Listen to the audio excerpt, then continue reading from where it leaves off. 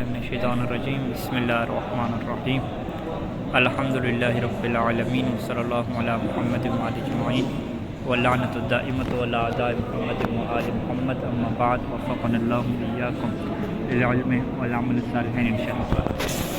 شہید ثانی کی جو عبارت ہے وہ یہاں پہنچی تھی کہ وَإِنَّمَا يُحْبَسُ مَعَ دَعْوَى الْإِعْسَارِ قَبْلَ إِثْبَاتِهِ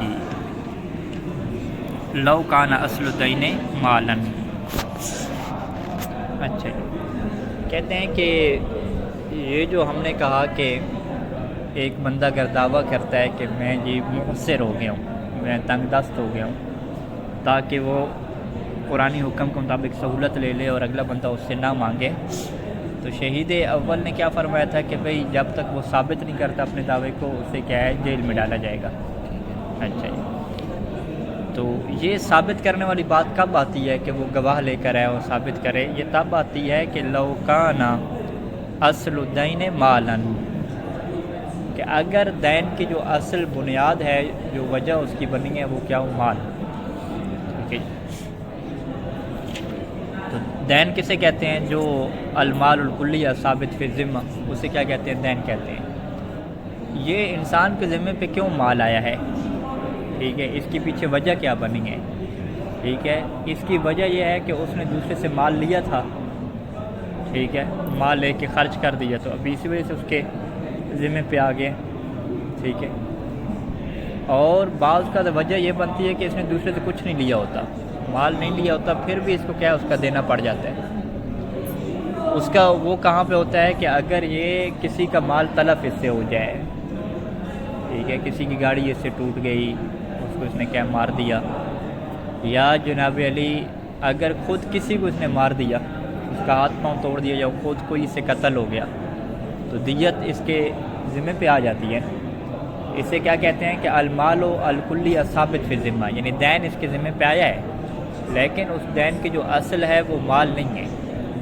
ٹھیک ہے، تو یہاں پہ پھر کیا ہے، دو صورتیں بنتی ہیں کہ جو اس بندے کے ذمے پہ دین ہے اس کی وجہ کیا ہے؟ کوئی مال بنی ہے۔ مال کیسے وجہ بن سکتی ہے؟ اس کے دو سبب ہو سکتے ہیں، جیسے کسی سے اس نے قرضے کے طور پہ مال لیا تو اس کے ذمے پہ کیا مال آ گیا، یا اس نے کسی سے کیا ہے ادھار پہ کیا کیا، کوئی چیز لے لی، ٹھیک ہے جی، کوئی مبی یعنی کوئی چیز خریدی اور اس کا پیسہ ادھار پہ رکھا، تو وہ کیا اس کے ذمے پہ آ گیا۔ اچھا، اور دوسری صورت کیا ہو گئی کہ جیسے جنایت کی، یا کسی کا مال کیا ہے اس نے تلف کر دیا، وہاں پہ مال لیا نہیں ہے، کوئی کام ایسا کیا ہے کہ جس کی وجہ سے اس کے ذمے پہ کیا آ گیا ہے؟ مال آ گیا۔ اب ہمارے پاس باب قضاوت کا جو قانون ہے کہ جو گواہی مانگی جاتی ہے اس بندے سے مانگی جاتی ہے کہ جس کا جو دعویٰ ہے وہ ظاہر کے کیا ہو؟ برخلاف ہو، اصل کے برخلاف ہو۔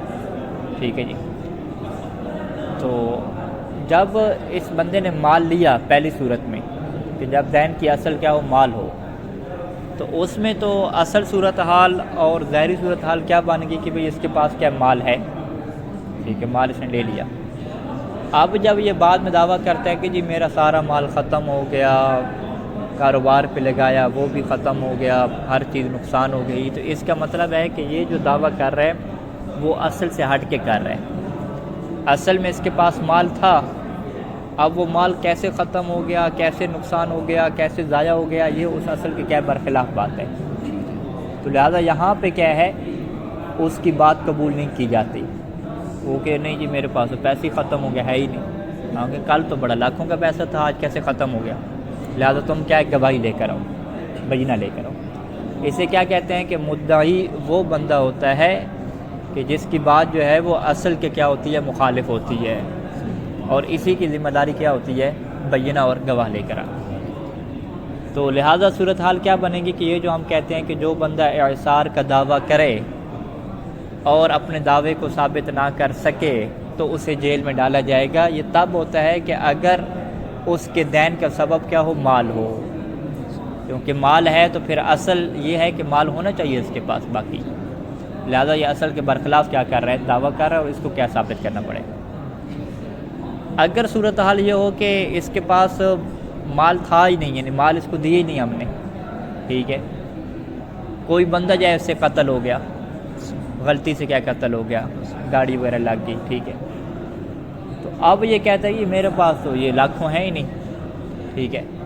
اب یہ جو اس کا دعویٰ ہے نا، یہ ہم اسے نہیں کہیں گے کہ یہ جو ہے وہ اصل کے برخلاف ہے، کیونکہ یہاں پہ جو اصل ہے اس کے پاس لاکھوں کروڑوں ہیں، یہی ثابت نہیں ہے، ٹھیک ہے۔ جب یہ ثابت نہیں ہے تو اس کا مطلب ہے کہ اس کا جو دعویٰ ہے وہ اصل کے برخلاف نہیں ہے۔ جب اصل کے برخلاف نہیں ہے تو لہٰذا یہاں پہ شریعت اسے نہیں کہتی کہ تم اپنے دعوے کو گواہوں سے ثابت کرو، بلکہ وہاں پہ یہ ایک چیز کہتی ہے کہ گواہ کی ضرورت نہیں ہے، بس تم قسم کھا لو، ٹھیک ہے، اللہ کی جو ہے وہ سچی تم قسم کھاؤ اور یہ کہو کہ میرے پاس پیسہ نہیں ہے، تو تمہارا اعصار کیا ثابت ہو جائے گا۔ لہذا یہاں پہ جو ہے وہ بینہ کی کیا ضرورت نہیں پڑے گی۔ تو یہ جو کہا جاتا ہے کہ جی اعصار جو ہے وہ دعویٰ کو ثابت کیا جائے گا گواہوں کے ذریعے سے، یہ تب ہوتی ہے کہ جب دین کے پیچھے کیا کھڑا ہو، مال کھڑا ہو، مال کی وجہ سے دین آیا ہو، کیونکہ وہاں پہ اصل کیا بنتی ہے، بقائے مال، اور اصل کے برخلاف دعویٰ جاتا ہے۔ جہاں پہ مال تھا ہی نہیں، ٹھیک ہے، وہاں پہ تو اصل کیا ہے، عدم مال ہے، تو لہٰذا وہاں پہ کیا ہے، اس کو اپنے دعوے کو ثابت کرنے کی ضرورت نہیں ہے۔ ثابت کرنا یعنی گواہ لانے کی ضرورت نہیں ہے، اپنا دعویٰ کرے گا، قسم کھائے گا، تو اس کی بات کیا مان لی جائے گی، کیونکہ باب قضاوت کے اصول کے مطابق اسے وہاں پہ مدعی کہا ہی نہیں جائے گا، اسے کیا کہا جائے گا، منکر کہا جائے گا۔ منکر کیسے کہتے ہیں کہ جس کی جو بات ہے وہ اصل کے کیا ہو، مطابق ہو، اصل کے مخالف نہ ہو، اور مدعی کیسے کہتے ہیں کہ جس کی بات اصل کے مخالف ہو، ٹھیک ہے جی۔ اب آ جائیں جی عبارت میں کہ انما یحبس ما دعوی الاعصار، کہ اعصار کا جب بندہ دعویٰ کرتا ہے اس کو حبس کیا جاتا ہے قبل اثبات ہی، قبل اثبات دعوی الاعصار، ہاں، لیکن یہ کب ہوگا، لو کان اصل الدین مالا، اصل الدین سے کیا مراد ہے، یعنی سبب الدین، کہ دین کا جو سبب کیا بنا ہے، مال بنا ہو، دین جو اس کے ذمہ پہ آیا ہے اس کا جو سبب پیچھے ہے وہ کیا ہو جی، مال ہو۔ اچھا، مال کیسے دین کا سبب بنتا ہے، دین کی تعریف تو یاد ہے نا، المال و الکلی ثابت فی ذمہ، میرے ذمہ پہ کلی مال کیوں ثابت ہوا، کہتے ہیں اس کا سبب جو ہے مال بنا۔ مال کیسے بنا، کل قرض ہے، جیسے میں نے کسی سے کیا قرض لیا، اب قرض کیا ہوتا ہے، مال میں نے لیا، اور عوضاً، یا وہ کیا تھا جی، عوض تھا، عن مال، کسی مال کے بدلے میں، ٹھیک ہے جی، کوئی مال میں نے لے لیا تو دین کیا تھا، عوض تھا۔ لو کان اصل الدین مالا کل قرض او عوضاً، یوں بنے گا کہ اصل دین مال ہو یا اصل دین کیا ہو، عوض ہو۔ عوض کس چیز کا ہو، خود مال کا ہو، عوض ہو۔ کثمن المبی، مبی کی سمجھ، لیکن کون سی بے میں، بے سلف میں، بے سلف میں کیا ہوتا ہے، مبی پہلے لے لیتا ہوں اور سمن کیا ہے، بعد میں دینی ہوتی ہے، جسے ہم ادار کی بے کہتے ہیں، بے نسیہ بھی کہتے ہیں، ٹھیک ہے۔ تو لہٰذا اس مثال کو اب کھول کے کیسے لکھیں گے کہ اس نے جو ہے وہ اشترا سیارت و ثمن و باقن علی ذمتہ ہی، تو یہاں پہ جو ثمن اس کے ذمہ پہ باقی ہے وہ کس کے عوض میں آ رہی ہے، وہ سیارہ کے کیا عوض میں ہے۔ اچھا جی، فَلَوْ انْتَفَى الْأَمْرَانِ، اگر یہ دونوں امر منتفی ہوتے ہیں، یعنی اصل دین مال بھی نہیں ہے اور عوض مال بھی نہیں ہے، امران سے یہ مراد ہے، مال بھی نہیں ہے اور عوض مال بھی نہیں ہے۔ جیسے مثال اس کی کیا ہے، کل جنایت والاطلاف، جنایت یعنی کسی کو قتل کر دینا، عن عمد ہو یا عن خطأ ہو، اطلاف کیا ہے، کسی کے مال کو کیا ہے، تلف کر دینا، ٹھیک ہے، مال ضائع نہیں کر دینا، اس کو بھی نہ ملے۔ تو کہتے ہیں کہ اس صورت میں کیا ہوگا، قبل قولہ فی الاعصار بیمینہ، یہاں پہ اس کے قول کو قبول کر لیا جائے گا اور اس کو ثابت کرنے کا نہیں کہا جائے گا، لیکن قبول کیسے کیا جائے گا، بیمینہ ہی، اس کے اوپر کیا آ جائے گی، یمین آ جائے گی۔ یہ فرق کیوں رکھا گیا، ٹھیک ہے، کہ یہاں پہ اس کے لیے یمین ہے اور وہاں پہ اعصار کا دعویٰ کرے تو اس کے اوپر کیا ہے، بینہ اور گواہ لانا ہے۔ کہتے ہیں یہ فرق اس وجہ سے ہے کہ کیونکہ یہ والی جو صورت حال ہے نا، کہ اگر اس نے جنایت کی اور اطلاف کیا، یعنی دین جو ہے وہ مال یا عوض مال کے بدلے میں نہیں تھا، تو یہاں پہ اصل کون سی جاری ہوتی ہے، لِأَصَالَةِ عَدْمِ الْمَالِ، اور اصالت عدم مال کے مطابق ہے اس کی بات، اذا کان دعواہ مطابقا للاصل فہو منکر، ٹھیک ہے، جب کسی کا دعویٰ جو ہے وہ اصل کے مطابق ہے تو منکر ہے، وعلی المنکر لیس الا الیمین، اور منکر کے اوپر فقط کیا ہوتی ہے؟ یمین ہوتی ہے، ٹھیک ہے جی۔ اچھا، لیکن جو پہلے والی بات تھی جب اس کے پاس مال تھا اور مال کے بعد میں کیا دین آیا، وہاں پہ تو اصل مال آ گیا نا، ٹھیک ہے، اصالت اور بقاء المال ہے وہاں پہ، لہذا وہ یہ نہیں کہہ رہا کہ میرے پاس مال باقی ہے، وہ کہہ رہا ہے کہ مال ختم ہو گیا، لہذا وہاں پہ اس کا جو دعویٰ ہے وہ کس کے مخالف ہے؟ مخالف لأصالت بقاء المال، وہاں پہ اس کا دعویٰ کیا ہے؟ بقاء مال کے کیا ہے؟ مخالف ہے۔ تو لہٰذا یہ لأصالت عدم المال کو آپ کو لکھ کے دیں گے، آپ کو کہیں گے کہ یہ دو باتوں میں کیا فرق ہے، کہ پہلی میں اصل کون سی ہے اور دوسری میں اصل کون سی ہے۔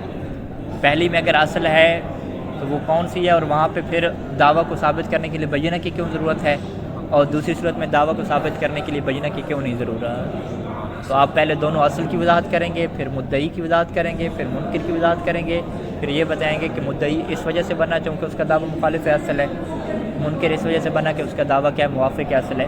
یہ ساری کہانی کیا ہے؟ آپ کو بتانی پڑے گی، اس سے پہلے آپ کو اس کا کیا کرنا پڑے گا؟ مباحثہ کرنا پڑے گا، تاکہ آپ کی یہ زبان پہ چیز نافذ ہو جائے۔ جب آپ اردو میں بیان کرنے کے اوپر قوت حاصل کر لیں گے کہ 5 انگلیوں کی طرح 5 انگلی کی طرح اردو میں آپ کو مطلب آتا ہے، پھر عربی بنتی جائے گی، پھر میں نے الہ اور ثابتہ اور علیہ یہی لگانا ہے نا۔ لیکن مشکل کیا ہے کہ اردو میں جب آپ کنفیوز ہوں تو پھر عربی کیسے کیا لکھ سکیں، لہٰذا مباحثے کی کیا ہے؟ اہم ضرورت ہے یہاں پہ۔ اچھا، یہاں پہ پھر مصنف کہتے ہیں کہ یہ جو ہے وہ فرق ہو گیا کہ ایک صورت میں کیا ہے اس کو دعویٰ ثابت کرنا پڑتا ہے، اور ایک میں اس کی بات جو ہے وہ یمین کے ساتھ قبول ہو جاتی ہے۔ وَإِنَّمَا أَطْلَقَهُ الْمُصَنِّفُ، لیکن مصنف شہید اول نے اسے مطلق رکھا۔ کہاں پہ مطلق رکھا؟ یہ اوپر جو عبارت ہے شہید اول کی کہ يُحْبَسُ لَوِ ادَّعَ الْإِعْصَارَ حَتَّى يُثْبِتَهُ، وہاں پہ کیا لکھا کہ بھئی اگر وہ اعصار کا دعویٰ کرے تو جب تک ثابت نہیں کرے گا۔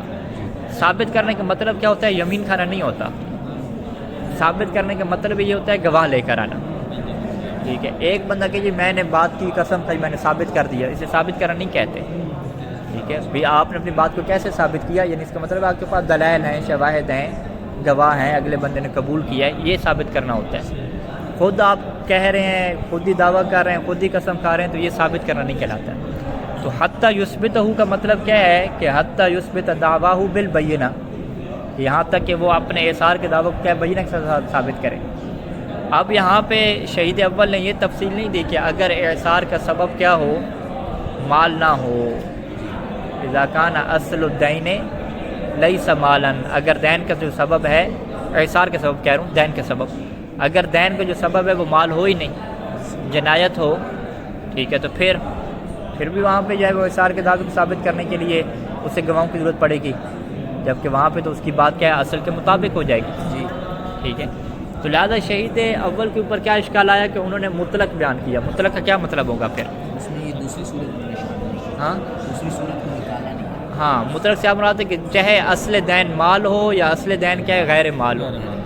انہوں نے دونوں صورتوں میں کہا کہ جو بھی اعصار کا دعویٰ کرے گا ثابت کرنا پڑے گا، ٹھیک ہے۔ حالانکہ ایک اگر اصل دین جو ہے وہ مال نہ ہو تو وہاں پہ دعوے کو ثابت ہی نہیں کیا جاتا، وہاں تو اس کی بات مان لی جاتی ہے یمین کے ساتھ، تو پھر یہ بات تو اوپر غلط ہوگی نا، یعنی مصنف کا جو اطلاق ہے وہ کیا ہو گیا؟ غلط ہو گیا۔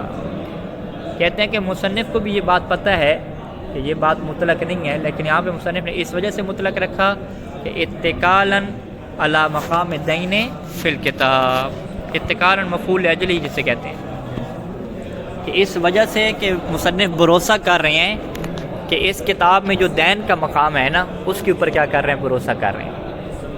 اچھا، اس کتاب میں دین کے مقام پہ بھروسہ کرنے کا کیا مطلب ہے؟ کیونکہ اس کتاب میں انہوں نے دین کے علاوہ جو دیت اور قصاص کیا ہے وہ الگ احکام لکھے ہیں، ٹھیک ہے۔ اسی طریقے سے زمان کے کیا الگ احکام لکھے ہیں، ٹھیک ہے۔ تو اسی وجہ سے انہوں نے کہا ہے کہ جب یہ بات بعد میں آنی ہے، کون سی بات؟ دیت کی بات آنی ہے، جنایت کی بات آنی ہے، اتلاف مال کی بات الگ سے آنی ہے، الگ باب میں آنی ہے، تو لہٰذا وہ ابھی فقط مقام دین کے اوپر بھروسہ کریں گے کہ اس دین میں جو چیزیں ذکر ہو رہی ہیں اس کی بات ہے۔ اور یہاں پہ مقام دین میں انہوں نے جو بات ذکر کی ہے وہ فقط تب ہوتی ہے کہ جب دین مال کی وجہ سے کیا ہے؟ ثابت ہو، ٹھیک ہے جی۔ یہ اصل کیا وجہ ہے؟ یہ اصل وجہ میرے خیال میں جواہر الفقری والے نے کیا لکھی ہے، جبکہ زبدہ اور نزید والے نے کیا ہے اس کی وجہ جو ہے وہ صحیح نہیں لکھی۔ وہ انہوں نے کیا لکھا؟ انہوں نے کہا کہ جنایت اور اطلاف کے اوپر دین صدق کی نہیں کرتا. ٹھیک ہے، ان کی آپ پڑھیے گا. انہوں نے کہا کہ جی جنایت اور اطلاف کی وجہ سے جو چیز ثابت ہوتی ہے اسے دین ہی نہیں کہتے. تو یہ بات تو غلط ہے، کیونکہ دین کی ہم نے تعریف کیا پڑھی ہے کہ المال الکلی الثابت فی الذمہ، کلی مال جو بھی انسان کے ذمہ پہ ثابت ہو کسی بھی سبب سے، چاہے کسی کو مار دیا، کسی کا مال تلف کر دیا، کسی سے قرضہ لیا، کسی سے ادھار پہ چیز خریدی، سب چیزوں کو دین کہتے ہیں نا.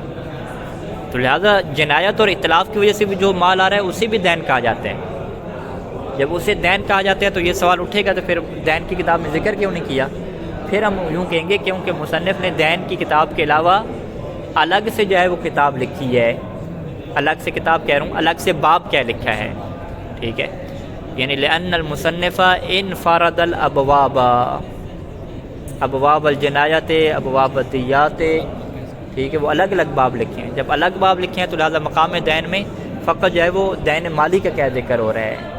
جو دین جنایتی ہے یا دین کیا ہے اطلاف والا ہے، زمان والا ہے، اس کی کیا بات نہیں ہو رہی، کیونکہ وہ کتاب الزمان میں اور کتاب الدیات میں وہ الگ سے کیا لکھیں گے. لیکن کچھ احکام درمیان میں ایسے ہیں نا جو مطلقاً ہے، پیچھے احکام گزرے ہیں. ہاں وہ مطلق ہیں، لیکن جب ہم دیکھتے ہیں نا کہ الگ سے بھی کتاب الزمان لکھی ہوئی ہے، الگ سے بھی کیا لکھی ہوئی ہے جی کتاب الدیات لکھی ہوئی ہے، تو وہ الگ سے کتاب ابواب کو دیکھ کر، الگ سے ابواب کو دیکھ کر ہم یہ اندازہ لگاتے ہیں کہ دین کے اوپر جو فوکس ہے نا وہ زمان والا اور دیات والا نہیں ہے، مال والا کیا فوکس ہے. کہ یہاں پہ جب یہ تشریح کرنی ہے تو آپ نے قرض دے کر تشریح کرنی ہے. ہاں یہاں پہ یعنی دین کو مال کے طور پہ دے کے کریں، قرض میں ہو یا کیا ہو، بے ہو، دونوں میں، مال کے طور یعنی مال کے طور پہ جہاں پہ اصل دین کیا ہو، مال ہو یا عوضاً مال ہو. ٹھیک ہے، جنایت اور زمان والی کیا یہاں پہ تشریح نہیں ہوگی، یوں ہوگا. اچھا یہ ہو گیا. آگے جی فائدہ ثابت ہے اعصارہ خلی سبیلہ، اگر جو ہے وہ ثابت ہو گیا اس کا اعصار. ٹھیک ہے جی، پھر اسے قید کیا جائے گا نہیں کیا جائے گا؟ نہیں، پھر قید نہیں کیا جائے گا. خلی سبیلہ، اس کے رستے کو کیا چھوڑ دیا جائے گا. اچھا، رستے کو چھوڑ دینے کا کیا مطلب ہے؟ کیا اسے کہا جائے گا کہ تم جو ہے وہ کماؤ، یا جو ہے وہ رستے کو چھوڑنے کا یہ مطلب نہیں ہے کہ آپ کہیں کہ بھئی ٹھیک ہے جی آپ جاؤ، نہیں، بلکہ اس سے کیا برتن دھلوائیں. ٹھیک ہے، تو برتن دھلوانے کیا مطلب ہے کہ آپ نے کیا ہے ٹھیک ہے قید میں نہیں ڈالا، قید میں نہیں ڈالا لیکن اس سے کمائی تو کروائیں. ٹھیک ہے، تو اس کے اندر کیا اختلاف ہے؟ اختلاف فقہاء کے درمیان اور محدثین کے درمیان کیا یہاں پہ اختلاف موجود ہے. قرآن مجید کی جو ہے وہ یہ آیت تھی کہ ان کان ذو عسرۃ فنظرۃ الی میسرہ، کہ اگر ایک بندہ ذو عسر والا بن جاتا ہے، تنگ دست بن جاتا ہے، تو فناظرہ، ناظرہ مہلت اسے دیں گے. مہلت کب تک دیں گے؟ الی میسرہ، جب تک وہ خوشحال نہیں ہو جاتا، آسانی نہیں ہو جاتی. ٹھیک ہے، اب جب تک آسانی نہیں ہو جاتی، آسانی تک اسے کیا دیں گے؟ مہلت دیں گے. یہاں سے شیخ طوسی علیہ الرحمہ نے سمجھا کہ بھی آسانی نہیں ہو جاتی، اس کا مطلب کیا ہے کہ یہ نہیں ہے کہ آپ اس کو مشکل میں ڈالیں اور کہیں کہ تم کماؤ، تم کیا برتن دو، تم ہمارا کیا کام کرو. ٹھیک ہے، یہ میسرہ سے نہیں کہتے، آسانی سے نہیں کہتے. لہذا جو ہے وہ انہوں نے کیا کہا کہ بھئی اس کے رستے کو کھول دیں گے، اور ہم یہ بھی نہیں کہیں گے کہ شرعی طور پہ اس کے اوپر کمانا واجب ہے، یا ان کے کام کرنا کیا واجب ہے، یا برتن دھونا واجب ہے. ٹھیک ہے، میسرہ آسانی تک، بس تم آزاد ہو. ٹھیک ہے، جب آسانی ہوئی، پیسہ آ گیا تو تم کیا ادا کر دینا. جبکہ شہید ثانی جو ابھی ہیں یہ کہیں گے نہیں بھائی ایسے ہم نہیں جانے دیں گے. ٹھیک ہے، کام کروائیں گے اس سے. ٹھیک ہے، اور انہوں نے کہا کہ بھائی میسرہ کا آپ نے یہ سمجھا ہے کہ جو اس سے کوئی کام نہیں کروانا، اس سے آسان چھوڑ دینا ہے، ہم میسرہ کی یہ تشریح نہیں کرتے.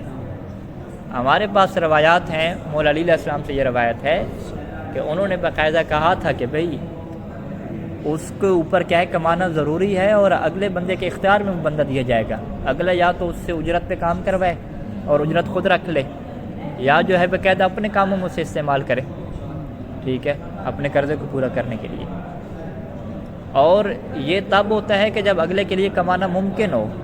وہ ہٹا کٹا انسان ہے، کمانا ممکن ہے سب کچھ، اور آپ کہہ رہے ہیں چھوڑ دیں، ایسا نہیں ہے. تو لہٰذا میسرہ کا مطلب کیا ہے آیت میں کہ جس بندے کے لیے کیا ہو آسانی ہو کمانے میں. ٹھیک ہے، مشکل نہ ہو تو اس سے کیا ہے آپ مہلت دیں گے اس چیز کے لیے. تو اب جب کسی بندے کے لیے کمانا ممکن ہے تو اس کے لیے واجب ہے کہ وہ کمائے اور اپنے قرضے کیا اتارے۔ اگر اس کے لیے کمانا ہی ممکن نہیں رہا، وہ کما ہی نہیں سکتا، مریض ہے، بیمار ہے، تو پھر اسے کہیں گے کہ ہاں ایسی جو ہے مہلت دیں۔ آپ کب تک مہلت دیں؟ جب تک کمانے کے قابل نہ ہو جائے۔ تو لہٰذا اپنے قرض کو ادا کرنے کے لیے جو کمانے کے اوپر قدرت رکھتا ہے تو اس کا مطلب ہے اس کے لیے آسانی ہے، ٹھیک ہے۔ تو اس آسانی کے لیے تو اسے مہلت دیں گے نا، اسے کہیں گے ٹھیک ہے کما لو، آج کام کر لو، کما لو، اور جو پیسہ ملے گا دے دے، ٹھیک ہے۔ تو لہٰذا میسر کا کیا یہ مطلب ہے جس کو ہم روایت کے ذریعے سے کیا ہے سمجھیں گے، ٹھیک ہو گئی۔ اچھا اب یہاں پہ یہ بحث شروع کر رہے ہیں کہ خلیہ سبیلہ کے بعد جو ہے وہ شہید اول نے نہیں چھیڑا اس بات کو، ٹھیک ہے، ابھی تک نہیں چھیڑا لیکن آگے چھیڑیں گے۔ ولا یجب علیہ التکسب، شہید ثانی کیا فرماتے ہیں جو اس کے اوپر تکسب کیا واجب نہیں ہے، اپنا نظریہ دے دیا۔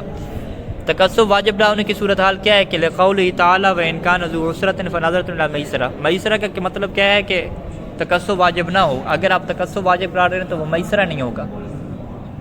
المیسرۃ لا تصدق علی التکسب، کہ آپ اسے آسانی دے رہے ہیں تو یہ آسانی کیا ہے، بھی آپ اسے کمائی کروا رہے ہیں، ٹھیک ہے۔ لہٰذا ان شہید ثانی کے بارے سے کیا ظاہر ہو رہا ہے یہاں پہ کہ وہ یہ کہتے ہیں کہ اللہ کی جو یہ قول ہے، یہ جو آیت ہے، یہ دلیل ہے کس بات کے اوپر کہ لا یجب علیہ التکسب، کہ تکسب کیا واجب نہیں ہے۔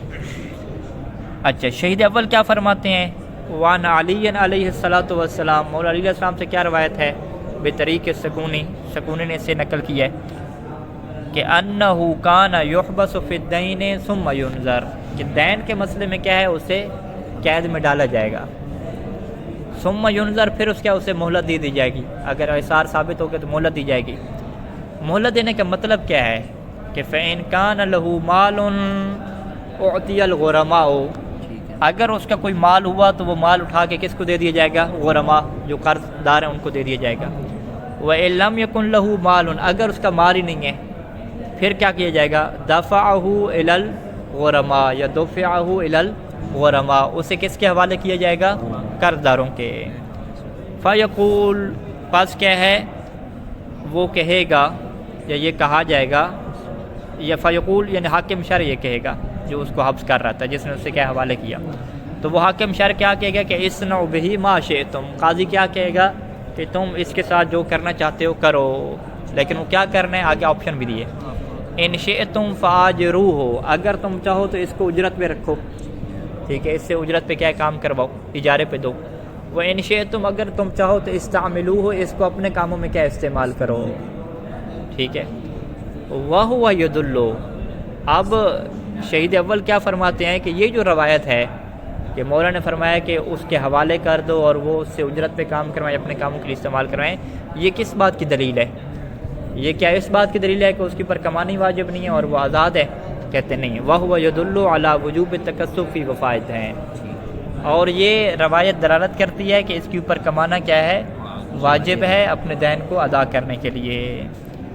واختارہ ابن حمزہ والعلامہ فی المختلف، اور یہی نظریہ ابن حمزہ کا بھی ہے اور علامہ علی نے بھی کیا ہے کتاب مختلف میں اسی نظریے کو اختیار کیا ہے کہ کمانا واجب ہے، لیکن شیخ طوسی ومنعہ الشیخ، لیکن شیخ طوسی نے اور ابن ادریس نے اس وجوب تکسب کو کیا کیا؟ من کر دیا، وہ کہتے ہیں یہ کمانا واجب نہیں ہے۔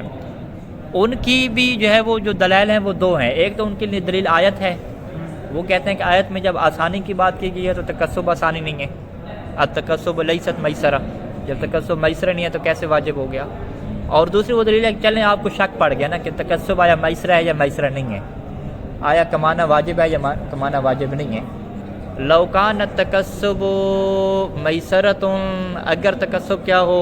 میسرہ ہو، لو کان التکسب میسرۃ، تو پھر کیا ہے؟ فیجب علیہ التکسب، پھر تو کمانا واجب ہے۔ لیکن لو کان التکسب عسرۃ، اگر تکسب میسرہ نہ ہو بلکہ الٹا کیا ہے عسرہ اور تنگی ہو، تو پھر کیا کمانا واجب نہیں ہے؟ تو اب کیا شک پڑ گیا کہ کیا یہ جو تکسب ہے اس کے اوپر واجب ہے یا واجب نہیں ہے؟ تو اصل آپ کیا جاری کریں گے یہاں پہ؟ برات جاری کریں گے کہ رفع عن امتی ما لا یعلمون، اللہ کے رسول نے فرمایا تھا کہ اگر تمہیں معلوم نہیں ہو رہا، علم نہیں ہو رہا کسی حکم کا، وہ تمہارے اوپر واجب ہی نہیں ہے، ٹھیک ہے۔ جہاں پہ کیا برات جاری کریں گے کہ اصل کیا ہے اس کے اوپر واجب نہیں ہے، ٹھیک ہو گئی۔ اب کون سا نظریہ کیا درست ہوگا؟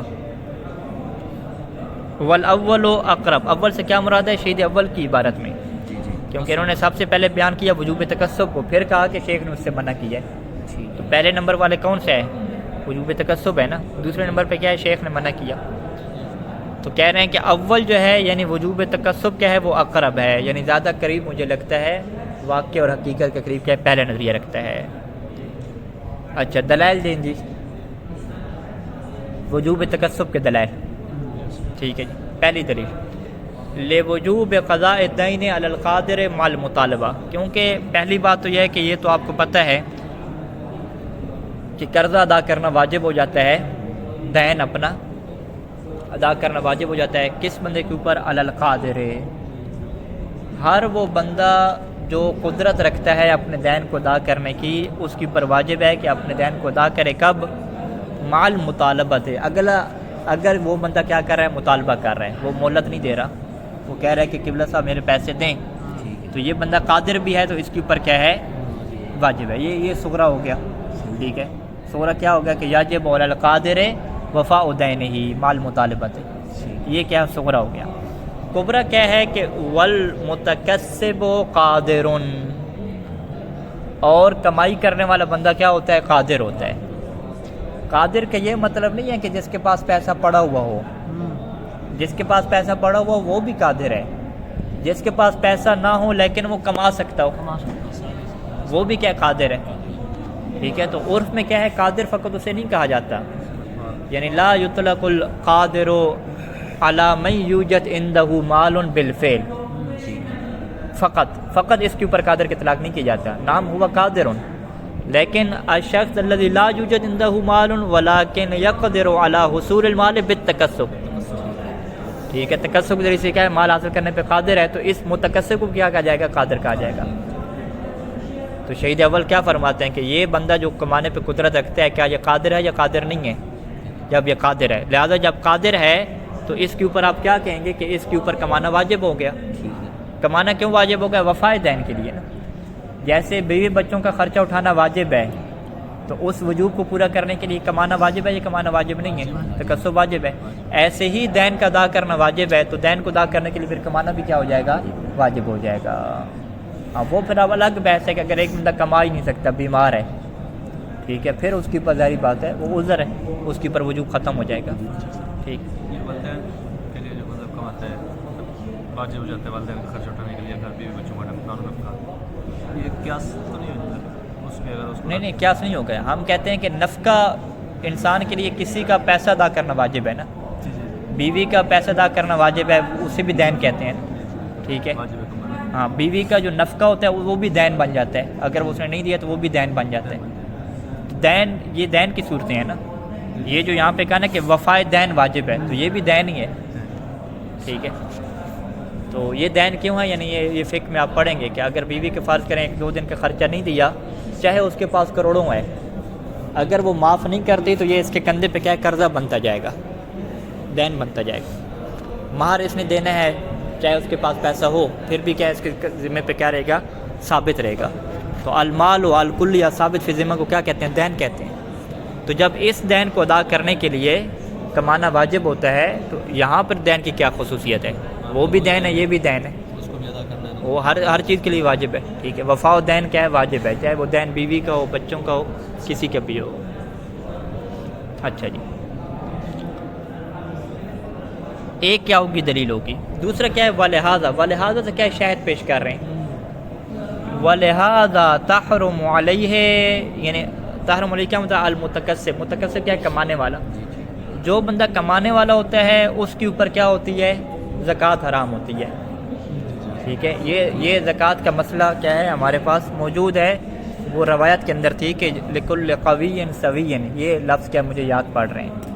ہر بندہ جو ہٹا کٹا ہے، کما سکتا ہے، اسے واجب زکوٰۃ نہیں دے سکتے، ٹھیک ہے۔ ہاں، وہ ایسے گھر میں بیٹھ جائے جی میں سید ہوں، مجھے کیا ہے سہم سادات لا کے دیں، وہاں پر بھی یہ ہے کہ بھی آپ کما سکتے ہیں، آپ کو نہیں ملے گا، ٹھیک ہے۔ وہ کہے کہ مجھے جی زکوٰۃ لا کے دیں، سید کی زکوٰۃ لے سکتے ہیں، ہم کیا کہیں گے؟ آپ کما سکتے ہیں، آپ کو کیا نہیں ملے گی، ٹھیک ہے۔ اسی طریقے سے سید سستانی نے فرمایا کہ جو بندہ نہیں کما رہا کس وجہ سے نہیں کما رہا، وہ کہتے ہیں جو مصروف ہے جی، ٹھیک ہے جی، کیوں کس بات پہ مصروف ہے، وہ کام کون سا ہے، واجب عینی ہے یا غیر واجب عینی ہے۔ اگر وہ واجب عینی ہو، اس کے اوپر واجب عینی ہو چکا ہو، پھر تو ٹھیک ہے، اسے آپ دیں گے، کیونکہ وہ کما نہیں سکتے نا، ایک واجب عینی ہے، جہاد کر رہا ہے، فرض کریں دفاع کر رہے ہیں، ٹھیک ہے، آپ کما نہیں سکتا۔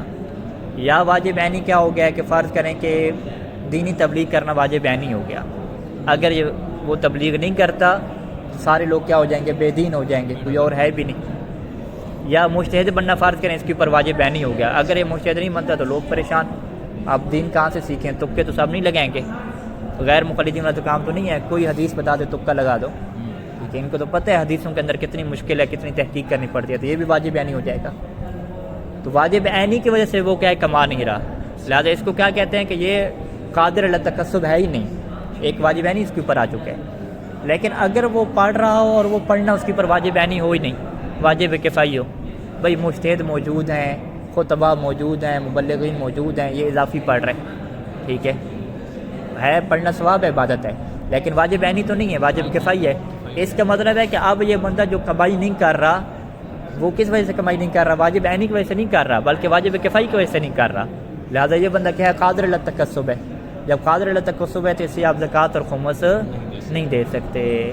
اسی وجہ سے کہا کہ جو طالب علم ہیں ان کو زکوٰۃ اور خمس نہیں دے سکتے، کیونکہ یہ جو ابھی پڑھائی کر رہے ہیں، اگر یہ پڑھائی چھوڑ دیں تو کمائی نہیں کر سکتے کیا، ٹھیک ہے، کمائی کر سکتے ہیں، قادر علی تکسب ہے۔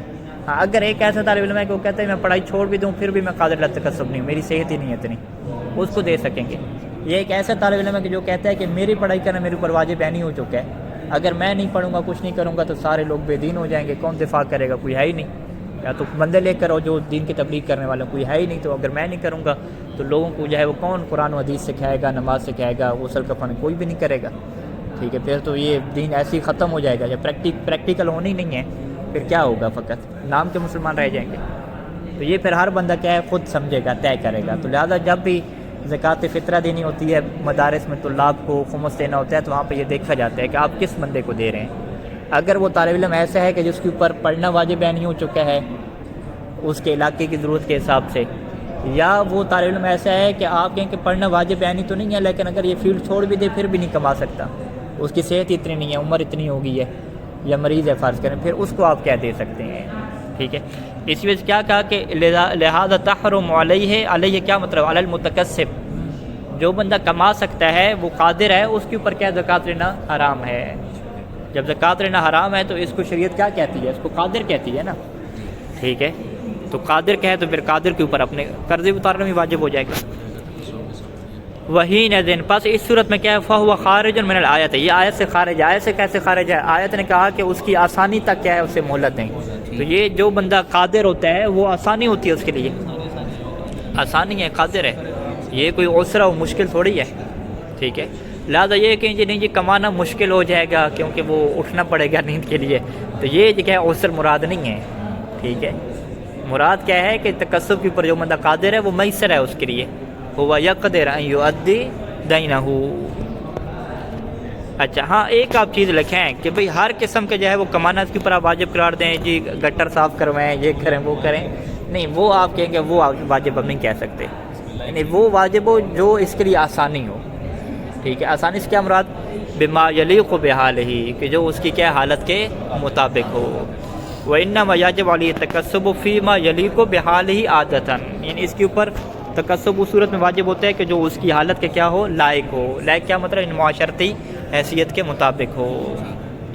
وَلَوْ بِمُعَاجَرَةِ نَفْسِهِ، اگرچہ یہ کون سی وہ ہو کہ اپنے آپ کو کیا ہے اجرت پہ دے، ٹھیک ہے۔ عربی کے لفظ اپنے آپ کو اجرت اور اجیر کیا ہے، اور انگلش میں لفظ ہمارے پاس کیا ہے، جاب کرے، ٹھیک ہے جی، تو جاب کرے تھوڑا اچھا مہذب ہو جاتا ہے، اپنے آپ کو جو اجرت پہ دے، اجیر بن جائے، وہ بھی اجرت پہ دیے ہوتے ہیں نا، ٹھیک ہے، لیکن اسے کیا کہتے ہیں، جاب کہتے ہیں جی، آفس میں جائے، ٹھیک ہے، اب یوں کہ وعلیہ تحمل الروایا، اور اسی کے اوپر، علیہ کیا مطلب، یعنی جو روایت کہہ رہی ہے کہ کمانا واجب ہے اور اس سے آپ کام کروائیں، تو اگلے بندے سے آپ کام کروائیں، اس سے برتن دھلوانا شروع کر دیں، ٹھیک ہے۔ قبلہ صاحب کے پاس پیسے جو ختم ہو گئے ہیں، ٹھیک ہے، اب آپ اسے لے جائیں برتن دھلوانا شروع کر دیں، کہتے نہیں۔ شہید ثانی کی یہ فہم ہے کہ عزت اس کی کیا رہے، محفوظ رہے، تب کہا جائے گا کہ یہ قادر التکسب ہے۔ وعلی علی کیا مطلب، یعنی فیما یلی کو بحال ہی کے اوپر، یعنی التکسب فیما یلی کو بحال کے اوپر تحمل روایت ہو، مولا علی علیہ السلام کی اس روایت کو کیا کریں گے، حمل کریں گے، یعنی ایسی اجرت پہ دینا اور ایسا کام کرنا کہ جو اس کے کیا ہو، اس کی حیثیت کے مطابق ہو، اس کے لائق ہو، اس کی حیثیت کے لائق ہو۔ اچھا جی، اگلی جو بحث ہے وہ ایک نیا مطلب انشاءاللہ پھر الگ سے پڑھیں گے۔ اللہم صلی علی محمد و آل محمد۔